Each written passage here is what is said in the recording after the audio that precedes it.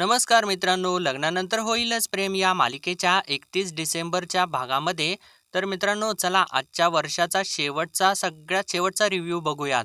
या भागामध्ये तर मित्रांनो जी काही रम्या असते ना, तिला तर म्हणजे ती पारच्या समोर मुद्दामूनच काव्याचा व्हिडिओ कॉल रिसीव्ह करते आणि तिला सांगत असते, तिला सांगायचा प्रयत्न करत असते, की मी आणि पार्थ ना आता इथून पुढे बरोबरच राहणार आहोत. आणि तेव्हा काव्यात तर तिला बरोबर तोंडावरती पाडते. तिला म्हणते, "अगं पार्थ तर तुझा भाऊ आहे ना." आणि असं तिने म्हटल्यानंतर रम्याचा जो काही तीळपापड झालाय ना मित्रांनो, तो तर खरंच बघण्यासारखा आहे आजच्या भागामध्ये. आणि त्यानंतर इकडे नंदिनीला पार्थचा फोन येतो. म्हणजे पार्थ तिला कॅफेमध्ये बोलवतो. नेमकं आता यांचं बोलणं काव्या ऐकते आणि ती जीवाला फोन करून सांगते, की आपण दोघे सुद्धा यांच्यासोबत कॅफेमध्ये भेटूयात. आणि आता हे दोघे सुद्धा प्लॅन करून कॅफेमध्ये जातात आणि नंदिनी सुद्धा तिथं पोहोचते कॅफेमध्ये अगोदर. आणि तेव्हा चक्क पार्थच्या अगोदर जीवा सुद्धा तिथं येतो. म्हणजे इथे त्यांनी एक बस सस्पेन्स दाखवलेला आहे मित्रांनो. आणि आता हे ते तिघे भेटलेले असतात. तर बघूयात आपण सुरुवातीपासून व्हिडिओला. आजच्या भागामध्ये काय काय घडतं ते. तर आता इथे पार्थ झोपलेला असतो आणि तेव्हा त्याला एक छान असं गोड स्वप्न पडतं. म्हणजे त्याच्या स्वप्नामध्ये काव्य येते. ज्यावेळेस त्याने म्हणजे काव्याने त्याला परफ्यूम मारलेला असतो आणि त्यानंतर तिने त्याला मागून मिठी वगैरे मारलेली असते. तो क्षण आता पार्थला आठवतो आणि तो स्वप्नात असा गोड हसत असतो. आणि त्यानंतर काव्याने त्याला पिलो मारलेली असते. तो क्षणसुद्धा आता त्याला आठवतो. आणि त्यानंतर हे सर्वजण फार्म हाऊसवरती चाललेले असतात ना आणि त्यांनी त्यांनी छान अशी दंगामस्ती वगैरे केलेली असते. तो क्षणसुद्धा आता त्याला आठवतो. आणि इतक्यातच आता जोराचा वारा सुटतो आणि जोराचा वारा सुटल्याने तिथेच ठेवलेलं टेबलवरचं पेनचं जे स्टँड असतं ते खाली पडतं आणि त्याचा आवाज होतो आणि त्याच्यामुळे पार्थ आता स्वप्नातून जागा होतो. आणि स्वप्नातून जागा झाल्यानंतर त्याचं डोकं थोडंसं दुखू लागतं आणि तो थोडासा अपसेट होतो. आणि आता तो म्हणतो स्वप्नात सुद्धा, "आता मला काव्य यायलाच नको आहेत आणि आता ना मला स्वप्नसुद्धा नको आहेत त्या. पण या स्वप्नात सुद्धा येत आहेत." आणि असं तो बोलत असताना इतक्यातच त्याचा मोबाईल वाजतो आणि त्याच्यावरती एक व्हॉईस नोट आलेली असते. आणि तेव्हा तो ती व्हॉईस नोट प्ले करतो, तर तिकडून काव्याच बोलत असते. ती म्हणत असते, "हाय पार्थ, आपली वेळ 11 वाजून 11 मिनिटे." आणि त्यानंतर अजून एक व्हॉईस नोट येते. आणि तेव्हा ती ती म्हणते, "देशमुख, अहो तुम्ही सांगितलं नाही रेड वेल्वेट पेस्ट्री कशी होती ते." आणि आता अजून एक मेसेज येईल असं वाटल्यानंतर पार्थचा मोबाईल स्विच ऑफच करून टाकतो आणि म्हणतो, "कशाला मेसेज करतात या? नाही मला बोलायचं तुमच्यासोबत काव्या. नाही, आधी मला ना तुमचा हट्टीपणा आवडत होता, पण आता सहन होत नाहीये." असं तो बोलत असतो आणि त्याला खूप त्रास होत असतो मित्रांनो. आणि तो आता थोडंसं विचार करतो, "मला भूक लागलेली आहे, मी आता काय करू? बरं ठीक आहे, मी एक काम करतो, मी पिठलं खातो." असं म्हणून तो तिथून उठतो आणि स्वयंपाकघरामध्ये जातो आणि तिथे बघतो तर सगळं काही रिकामच असतं. चपातीसुद्धा नसते आणि पिठलंसुद्धा नसतं. तर पार्थ म्हणतो, "अरे बापरे! पिठलंसुद्धा नाहीये, संपलेलं आहे. मी आता काय करू? मी काय खाऊ?" असं म्हणून एक काम करतो, "मी दूध पितो आणि झोपतो." असं म्हणून तो दुधाचं भांडं घेत असतो आणि त्याला समोर आता रेड वेल्वेट पेस्ट्री दिसते, की त्याने जी दुधाच्या भांड्यामागे लपवलेली असते. आणि तेव्हा आता त्याला मानिनीचे शब्द आठवू लागतात. "अरे, मी ती पेस्ट्री खाल्लेली नाहीये. ती पेस्ट्रीसुद्धा तुझीच आहे आणि ती पाठवणारी सुद्धा तुझीच आहे." आणि त्यानंतर आता तो चक्क ती पेस्ट्री आपल्या हातामध्ये घेतो. म्हणजे त्या पेस्ट्रीचा बॉक्स घेतो आणि त्याला तो क्षण आठवतो, ज्यावेळेस काव्या फोनवरती त्याला म्हणालेली असते, "आज माझ्याकडून छोटीशी ट्रिक आहे. असं समजा आणि घ्या ती पेस्ट्री." आणि त्यानंतर आता तो पेस्ट्री घेतो, समोर ठेवतो आणि न राहून त्याच्यामधला एक घास खातच असतो. आणि तो घास आपल्या तोंडामध्ये घालणारच असतो मित्रांनो. इतक्यातच आता त्याच्या डोळ्यासमोर तो क्षण परत येतो. म्हणजे ज्यावेळेस कार्यक्रमामध्ये जीवा आणि काव्याचा तो नको असलेला फोटो त्याच्या डोळ्यासमोर येतो आणि तो क्षण आता याच्या डोळ्यासमोर आल्यानंतर त्याच्या हातामधला चमचा तसाच खाली पडतो आणि तो ती पेस्ट्री तशीच ठेवून तिथून निघूनच जातो मित्रांनो. आणि तो काही न खाताच तसाच झोपी जातो. तर त्यानंतर आता दुसऱ्या दिवशी इकडे सकाळी त्यांनी सेम असंच इकडे जीवाच्या बाबतीत दाखवलेलं आहे. जेव्हा सकाळी-सकाळी अजून झोपलेलाच असतो आणि तेव्हाच आता त्याला यावेळेस नंदिनीचं स्वप्न पडलेलं असतं आणि जेव्हा असाच बसलेला असतो आणि नंदिनी त्याच्या जवळ-जवळ येत असते, तो क्षणसुद्धा त्याला स्वप्नामध्ये आठवत असतो. आणि त्यानंतर आता हे फार्म हाऊसवरती चाललेले असतात, तर तेव्हा जीवा नंदिनीच्या खांद्यावरती हात ठेवायचा प्रयत्न करत असतो आणि नंदिनीने त्याला परवानगी दिलेली असते. तो क्षणसुद्धा आता त्याला आठवतो. आणि त्यानंतर ज्यावेळेस जीवा खूप रडत असतो आणि त्यानंतर त्याने रडत-रडत नंदिनीला मिठी मारलेली असते, तो क्षणसुद्धा याला आठवतो. आणि त्यानंतर आता शेवटचा क्षण आठवतो, ज्यावेळेस नंदिनी रागारागात निघून चाललेली असते आणि जीवा तिला थांबवायचा प्रयत्न करत असतो. "प्लीज नको जाऊस ना नंदिनी, प्लीज नको जाऊ." असं तो बोलत असतो, तिला विनवण्या करत असतो. ते सगळं काही त्याला आठवत असतं आणि आता तो झोपेतच बडबडू लागतो, "नाही नंदिनी नाही प्लीज, असं नको करूस ना, असं मला सोडून नको जाऊस." असं तो सर्व काही बोलत असतो आणि "एकदा तरी ऐकून घे ना प्लीज, नको असं करूस. एकटा पडेन गं मी नंदिनी." असं तो बडबडत असतो आणि तेव्हा मानिनी तिथं येते आणि त्याच्या डोक्यावरून हात फिरू लागते आणि त्याला तेव्हा जेव्हा मानिनी नंदिनीचा हात पकडून नंदिनीचा हात समजून मानिनीचा हात घट्ट पकडतो. तर मानिनी म्हणते, "अरे जीवा, नंदिनी नाहीये, मी आहे बाळा." असं म्हणून ती त्याला उठवते. तर तेव्हा जीवा धक्क्याने उठून बसतो आणि तिला म्हणतो, "आई, नंदिनी इथे आली होती का आत्ता?" तर तेव्हा मानिनी म्हणते, "नाही." असं म्हणून त्याला ती सांगते आणि त्याला विचारते, "काय झालं? वाईट स्वप्न पडलं का तुला? काळजी नको करू जीवा, थोडासा वेळ जाऊ देत फक्त. तू आणि नंदिनी नक्की परत एकत्र याल." आणि तो बांध त्याला विचारते, "तू हे काय रे जीवा?" तर तेव्हा जीवा थोडंसं अडकू लागतो आणि म्हणतो, ते ना मी आणि नंदिनी झोपताना ना मध्ये रोल ठेवत होतो." तर मानिनी म्हणते, "हो, ते ठीक आहे, पण आता तरी ते नंदिनी नाहीये ना, मग कशाला ठेवलेला आहेस तू हा रोल?" तर तेव्हा जीवा म्हणतो, "अगं कोण सांगितलं तुला? कुठे गेलेली आहे ती? कुठे सुद्धा गेलेली नाहीये. माझ्या मते ना नंदिनी अजून याच खोलीमध्ये आहे. कुठे सुद्धा गेलेली नाहीये ती आणि जोपर्यंत ना ती या रूममध्ये परत येत नाही ना, तोपर्यंत इथली प्रत्येक गोष्ट हा रोल सुद्धा कोणी सुद्धा हलवायचा नाहीये. तो असाच ठेवायचा आहे. कारण मला खात्री आहे एक ना एक दिवस ना ती नक्कीच परत येईल आणि ती स्वतःच्या हाताने हा रोल सुद्धा बाजूला करेल." असं तो अगदी आत्मविश्वासाने सांगत असतो. तर मानिनी सुद्धा त्याला म्हणते, "हो अरे नक्की ये, असं नक्की होईल आणि तुला वाटते ना तसंच होणार आहे. पण असंच कायम तू पॉझिटिव्ह राहा." तर जेव्हा आता पार्थबद्दल मानिनीला विचारतो, "आई दादा रात्री काल नीट जेवला नव्हता ना? त्याने काही खाल्लेलं आहे का गं?" तर तो असं विचारपूस करत असतो आणि नेमका आता त्यांनी इकडे परत पार्थचा सीन दाखवलेला आहे. पार्थ आता सकाळी-सकाळी उठलेला असतो आणि तो काहीतरी बनवत असतो. इतक्यातच आता रम्या तिथं येते आणि तो ऑमलेट बनवत असतो, तर रम्या लगेच त्याच्याजवळ जाते आणि म्हणते, "अरे पार्थ थांब ना, थांब. तू कशासाठी बनवतोयस? मी तुला करून देते. सरक तू बाजूला." तर तेव्हा पार्थ नाही असं म्हणत असतो आणि तो स्वतःच बनवत असतो. तर रम्या त्याला परत-परत सारखं इन्सिस्ट करत असते आणि पार्थ तिला जरासं राग करू लागतो. तर तेव्हा रम्या आता बरोबर काव्याचा मुद्दा इथं उपस्थित करते आणि म्हणते, "अरे त्याला म्हणते, "अरे पार्थ, आधीच त्या काव्यामुळे ना इतका चेंज झालेला आहेस तू. आणखीन काय चेंज हवा आहे तुला? सरक मला करू देत." तर तेव्हा पार्थ तिला काही करूच देत नाही आणि राहू देत असं म्हणून मागे सरकवतो. तर तेव्हा रम्या त्याला विचारते, "अरे पार्थ, तू असं का करतोयस? बरं ठीक आहे, आता बनवत आहेस ना तर तर तू मग माझ्यासाठी सुद्धा बनव. तोपर्यंत ना मी आपल्यासाठी ब्रेड भाजते." असं म्हणून त्याने सांगितल्यानंतर आता पार्थचा थोडासा नाईलाज होतो. म्हणजे त्याला त्याला ते तिच्यासाठी सुद्धा करायचं नसतं. पण आता रम्या किचनमध्ये आहे म्हटल्यानंतर त्याला आवडत नसताना सुद्धा तिच्यासाठी त्याला करावं लागतं. पण हिला तर आयती संधी मिळालेली असते ना मित्रांनो, तर तेव्हा तेच हवं असतं तिला. आणि आता नेमकं इथे यांचं हे सगळं काही चालू असतं. इतक्यातच पार्थच्या मोबाईलवरती काव्याचा व्हिडिओ कॉल येतो आणि तेव्हा काव्याचा व्हिडिओ कॉल पार्थ कटच करून टाकतो. आणि आता रम्या ती बघितल्यानंतर मनात म्हणते, "काव्याचा व्हिडिओ कॉल येतोय आणि येस हीच योग्य वेळ आहे आणि मी ना पार्थसोबत हे दाखवून ना आहे इथे हे दाखवून चांगलं जेलस करते तिला." असं ती म्हणते आणि आता परत ती मित्रांनो तोंडावरती पडायला इथं तयार झालेली आहे आणि बघूयात आता ही कसं मनात विचार करून काय आगाऊपणा करते ते. आता परत इतक्यातच काव्याचा फोन परत येतो आणि रम्या आता पार्थचा मोबाईल काढूनच घेते आणि पार्थला म्हणते ती, "थांब पार्थ, तू का आवड करतोयस काव्याला? हे बघ, नाती तुटल्यानंतर ना असं दुःखी व्हायचं नसतं रे. उलट समोरच्याला दाखवून द्यायचं असतं, की आपण त्यांच्या आठवणीमध्ये झोरत किंवा रडत बसलेलो नाही आहोत. हे कळतंय का तुला? ऐक तू माझं, असं का करतोयस? हे सगळं काही ना कळू दे तिला. तुला तिची काही आठवण वगैरे येत नाहीये ते." असं म्हणून ती कॉल रिसीव्ह करणार असते. तर तेव्हा पार्थ तिला नको असं म्हणून थांबवायचा प्रयत्न करत असतो. तर रम्या परत त्याला म्हणते, "अरे तुला कळत नाहीये का पार्थ, की उगाच तिला असं वाटत राहील, की तू बिचारा उगीच रडत राहिलेला आहेस आणि तुला आठवण वगैरे येते. त्यापेक्षा तू हे काही करत नाही आहेस ना, चेंज म्हणून करतोयस ना, ते ठीक आहे. तिला दिसू देत ना, की तुला काही फरक पडत नाहीये. तू थांब." असं म्हणून ती काव्याचा व्हिडिओ कॉल रिसीव्हच करते मित्रांनो. आणि तेव्हा इकडे काव्या म्हणजे तिला वाटतं, की पार्थने फोन रिसीव्ह केलेला आहे आणि त्यामुळे ती गुड मॉर्निंग असं एकदम छान असं म्हणते. तर तेव्हा इकडे रम्या तिला गुड मॉर्निंग करते आणि तिने गुड मॉर्निंग केल्यानंतर काव्याला तर खूप मोठा धक्का बसतो आणि ती धक्क्यानेच उठून उभीच राहते आणि ती एकदमच रम्याला म्हणते, "काय गं हे बिघडलेली सिनेमन कॉफी, माझ्या नवऱ्याचा फोन तुझ्या हातात काय करतोय? आणि काय गं, माझ्या नवऱ्याचा फोन तुझ्या हातामध्ये धरायला तुझा हात काय बरा झाला वाटतं?" असं ती मुद्दामून खोचक तिला बोलते.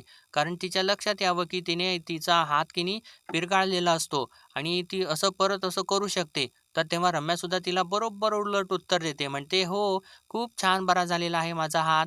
का माहिती आहे का? कारण पाहतेने ना माझ्या हाताची एक्सरसाइज करून घेतलेली आहे, म्हणून तो बरा झालेला आहे."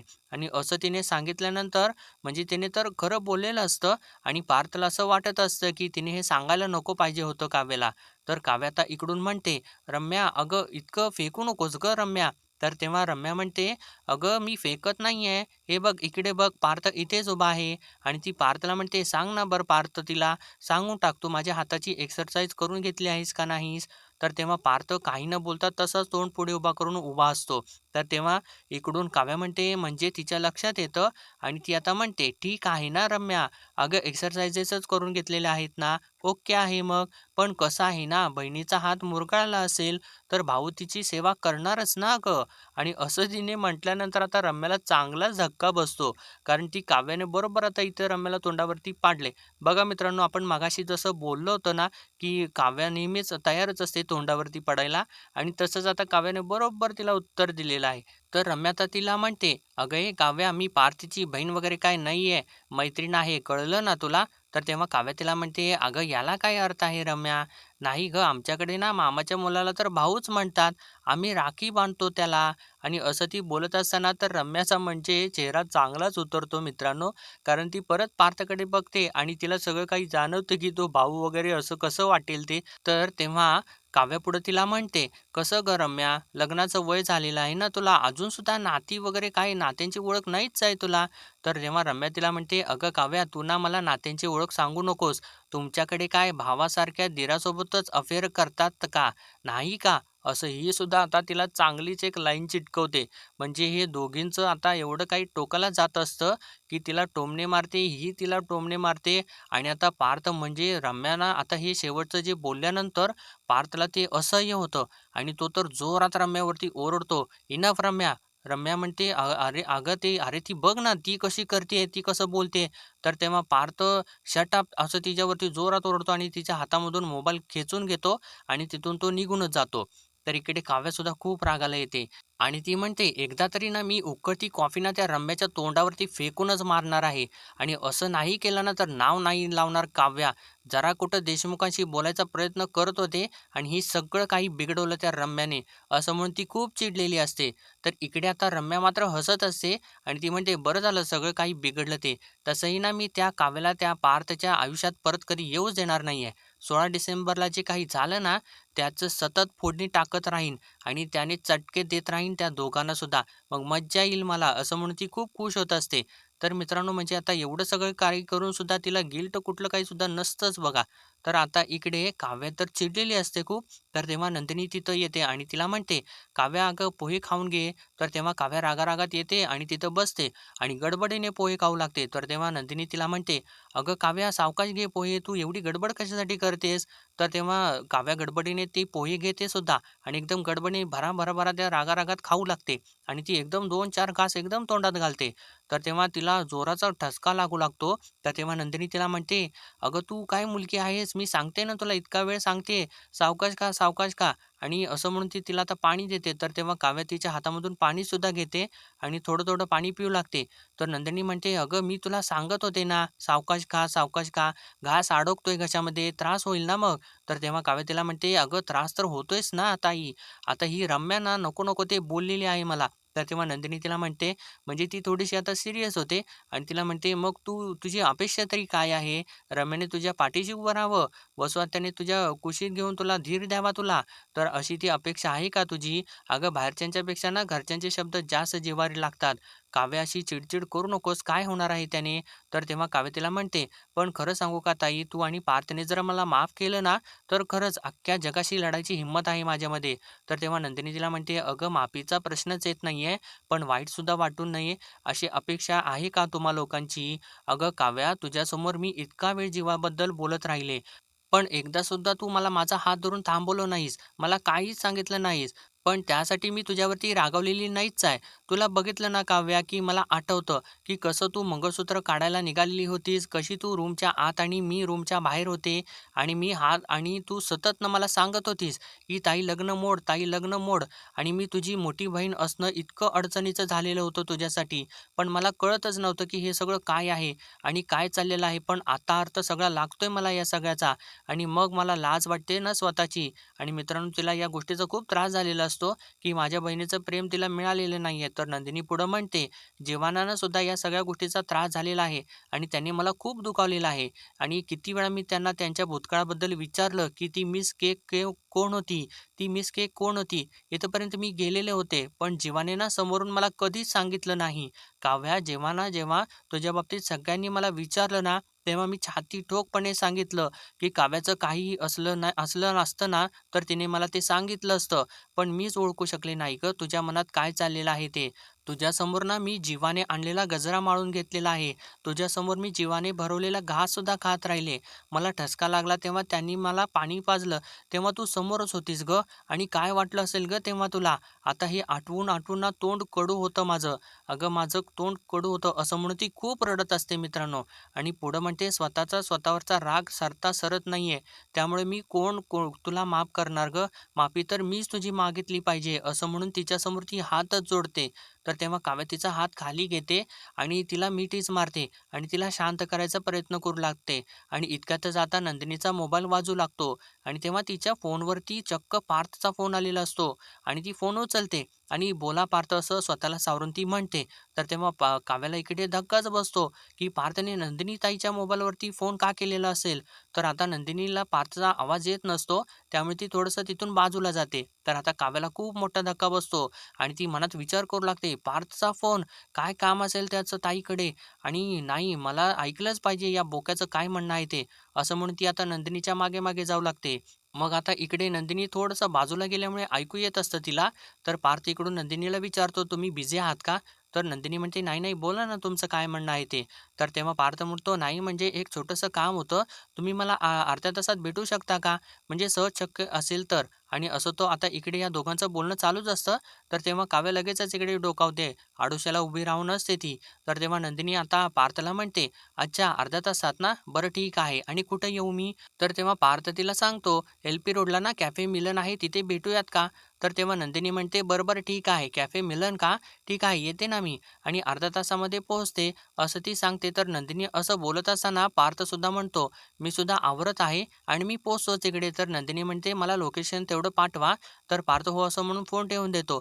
तर नंदिनी आता विचार करू लागते फोन ठेवल्यानंतर, की पार्थने आता मला भेटायला का बोलावलं असेल? तर तेव्हा काव्या तर इकडे आडोशाला उभं राहून तिने सगळं काही ऐकलेलं असतं आणि आता नंदिनी आवरायसाठी वरती जाते. तर तेव्हा काव्यासुद्धा तिथे येते आणि ती सगळा काही विचार करू लागते आणि एकदमच विचार करून ती धावत जाते आणि आपला फोन घेते आणि ती चक्क मित्रांनो आता जीवाला फोन लावते आणि इकडे आता जीवा फोन उचलतो लगेच आणि विचारतो, "काय गं काव्या, काय चाललेलं आहे? ऑल ओके आहे ना सगळं?" तर तेव्हा काव्या म्हणते, "हो, हो, ऑल ओके आहे. पण नेमकं अरे ऐक ना, जरा मी ना आता पार्थ आणि नंदिनी ताईला फोनवरती बोलताना ऐकलं. ते बाहेर भेटत आहेत कॅफे मिलनमध्ये." तर तेव्हा जीवा म्हणतो, "हां, बरं ठीक आहे. मग काय?" तर तेव्हा काव्या त्याच्यावरती थोडीशी चिडते. म्हणते, "अरे मग काय, मग काय? अरे एवढं सगळं झाल्यानंतर नंदिनीताई आणि पार्थ पहिल्यांदा भेटणार आहेत. मग आपण दोघं सुद्धा जाऊयात ना तिथे." तर तेव्हा जीवा विचारतो, "म्हणजे अगं तिथे कॅफेमध्ये आपण चौघे सुद्धा?" तर तेव्हा काव्या म्हणते, "अरे हो जीवा, हे बरं एवढं सगळं काही जे काही घडलेलं आहे ना, त्या सगळ्याच्यामध्ये आपण सगळे चौघे सुद्धा साक्षीदार आहोत आणि आरोपी सुद्धा आपण चौघे आहोत. आपले जजेस सुद्धा आपण चौघेच आहोत आणि वकील सुद्धा आपणच आहोत जीवा. हे सगळं घडल्यापासून तू आणि मी बोलतोय. इथे मी आणि नंदिनीताई एकमेकांशी सगळं काही बोलतोय. तिकडे तू आणि पार्थ एकमेकांशी सगळं काही बोलताय. आता आपण चौघांनी एकत्र बसून बोलायची वेळ आलेली आहे. मला असं वाटते जे काही घडलेलं आहे ना, ती खूप मोठी गोष्ट घडलेली आहे आणि ती ना आता अशी अचानक सगळ्यांच्या समोर आली. झालं ते झालं, पण आपण ना चौघांनी एकत्र टेबलवरती समोरासमोर बसून बोलायची वेळ आलेली आहे. मिटवून टाकूयात ना हे सगळं काही जे काही होईल ते. होईल ते होईल रे, पण एक गोष्ट लक्षात ठेव जीवा, ही केस आपल्यालाच जिंकायची आहे. तर जीवाला सुद्धा आता ते सगळं काही तिचं पटतं आणि तो म्हणतो, "हो, एकदम करेक्ट आहे काव्या. तुझं एकदम करेक्ट आहे. आपण ना आता एकत्र प्रयत्न करूयात, बघूयात." आणि तसंही कॅफेमध्ये भेटत असल्यामुळे जरी ते आपल्यावरती चिडले ना, तरीसुद्धा त्यांनी आपल्यावरती तितकं रिएक्ट होता येणार नाही त्यांना. "नाही, नाही, तू म्हणतेस ना, तसंच आपण करूयात." आणि यावेळी जेव्हा तर काव्याची साथ देतो, तर काव्या पुढे त्याला म्हणते, "मी काय म्हणते जीवा, आपण कॅफेमध्ये ना त्यांच्या हातापाया पडूयात. त्यांनी आपल्याला माफ केलंच पाहिजे." तर तेव्हा जीवासुद्धा म्हणतो, "हो, हो, आपण अगदी, अगदी तसंच करूयात. फक्त मला ना कॅफेचं नाव परत एकदा सांग." तर तेव्हा काव्या आता त्याला कॅफेचं नाव सांगते आणि आता हे दोघेसुद्धा त्या कॅफेमध्ये जायची तयारी करतात. आणि आता इकडे नंदिनी तर कॅफेमध्ये पोहोचते. तर त्यानंतर म्हणजे ती पार्थची वाट बघत बसलेली असते. तर तेव्हा जीवाच तिच्यासमोर येतो आणि ती विचारात हरवलेली असल्याने तिच्यासमोर येऊन तो टिचकी वाजवतो. तर तेव्हा नंदिनी त्याला बघते आणि तिला धक्काच बसतो आणि ती म्हणते, "अरे बापरे! तुम्ही?" तर तेव्हा जीवा लगेचच तिच्यासमोर बसतो आणि तिला म्हणतो, "अगं म्हणजे काय? अजून कोण येणार होतं का?" तर नंदिनी म्हणते, "नाही, तसं नाही. पण पार्थ" असं ती म्हणते. तर तेव्हा जीवा म्हणतो, "अरे पार्थ दादा ना, तो तर गेलेला आहे काव्यासोबत आणि मी इथे आलो आहे, तुझ्यासाठी थांबलेलो आहे. तसंही चकाचक बाई, आपलं आणि कॅफेचं खूप जुनं कनेक्शन आहे. तुला आठवतंय का? मागच्या वेळी आपण कसं सेलिब्रेट केलं होतं कॅफेमध्ये, जेव्हा आपण आनंद निवास परत मिळवलेला होता. आठवतंय का तुला?" आणि असं त्यानं म्हटल्यानंतर नंदिनीला तो क्षण आठवतो, ज्यावेळी जीवाने आनंद निवास परत मिळवलेला असतो आणि या दोघांनी छान असं सेलिब्रेट केलेलं असतं. तर जीवा पुढे म्हणतो, "हे बघ, मी काय म्हणतोय तुला, जर आपण आनंद निवास परत मिळवू शकतो ना, तर मग खऱ्या आयुष्यामधला आनंद का परत नाही मिळवू शकत? तुला काय वाटतंय?" असं त्यानं म्हटल्यानंतर आता नंदिनी तर हसू लागते थोडीशी मित्रांनो. तर जीवा पुढे म्हणतो, "अरे आ, कसं हसते माझी चकाचक बाई." आणि तेव्हा नंदिनी परत सीरियस होते आणि मित्रांनो तिथून उठतेच ती आणि निघून चाललेली असते. तर तेव्हा आता जीवा तिचा हात पकडतो आणि तो तिच्याजवळ जातो आणि तिला म्हणतो, "चकाचक बाई, मला माहिती आहे, खुश करणं सोपं असतं, सुखी ठेवणं कठीण असतं. असं ना माझ्या बायकोने मला सांगितलेलं आहे आणि मी ना तुला फक्त खुश नाही तर सुखी ठेवेन. एक चान्स दे ना मला प्लीज, दे ना, देशील का?" असं तो विचारत असतो. तर तेव्हा नंदिनीला तर अजून एक चान्स द्यायचा असतो, पण ती काही न बोलता तशीच उभी असते.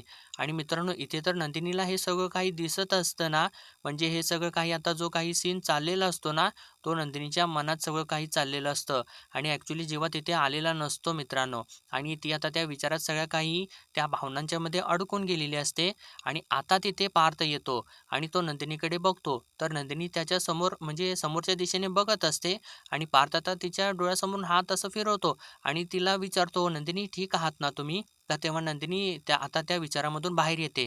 सगळ्या सीनमधून बाहेर येते आणि आजूबाजूला बघते थोडीशी. तर पार्थ परत तिला विचारतो, "नंदिनी आर यू ओके?" आणि मित्रांनो नंदिनीला तर जेव्हा पाहिजे असतो, तिला हे सगळं काही आठवलेलं असतं. म्हणजे तिला हे सगळं काही हवं असतं.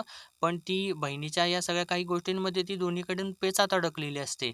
तर हे सगळं काही मित्रांनो आजचा भाग त्यांनी इथेच संपवलेला आहे आणि पुढील भागामध्ये आपण पाहणार आहोत, पार्थ आता काव्याची सगळी काही पुस्तकं घेऊन तिथे आलेला असतो आणि तो नंदिनीजवळ तिला देतो ते आणि तो तिला सांगत असतो, "ही ना काव्याची मेन्स जवळ आलेली आहे ना, त्यांना अभ्यास करायचा असेल आणि त्यांना ही पुस्तकं लागतील." असं म्हणून तो ती सगळी काही पुस्तकं तिला द्यायसाठी आलेला असतो. तर तेव्हा नंदिनी त्याला म्हणते, "एवढं प्रेम आहे का तुमच्या मनामध्ये काव्याविषयी? कडवटपणा ज्याला जागा तरी उरलेली आहे का?" आणि आता त्यानंतर इकडे म्हणजे त्यांनी नंदिनीने असं विचारल्यानंतर पार्थला थोडंसं म्हणजे त्या गोष्टीचं वाईट वाटतं आणि त्याला त्रास तर होतच असतो. तर नेमकं आता त्याच वेळेला दुसरीकडे इथे आता काव्या बाहेर चाललेली असते आणि काही टपोरी मुलं तिथं असतात आणि काव्याला बघितल्यानंतर ती म्हणतात, "अरे बघा ही चाललेली आहे तीच आहे ती. देशमुखाच्या पोरासोबत हिचाच व्हिडिओ व्हायरल झालेला होता ना, बघा तो." तर त्यामधला एक जण म्हणतो, "आम्ही दोघे भाऊ आहोत, जरा आमच्याकडे पण ये ना." असं तो बोलत असताना नंदिनी तिथं येते आणि त्याच्या जोराची कानाखाली मारते आणि त्याला म्हणते, "बहीण आहे ती माझी, तिच्यापासून ना 2 पावलं लांब उभा राहूनच बोलायचं." तर तेव्हा तो जो काही टपोरी मुलगा असतो, तो नंदिनीला म्हणू लागतो, "अगं हिच्यामुळेच तर तुझी जिंदगी बरबाद झाली आणि तू हिचीच बाजू घेतेस." तर तेव्हा नंदिनी त्याला अजून एक जोराची कानाखाली मारते आणि तेव्हा ते सगळं काही बघत असताना काव्याला तर मात्र धक्क्यावरती धक्के बसत असतात मित्रांनो.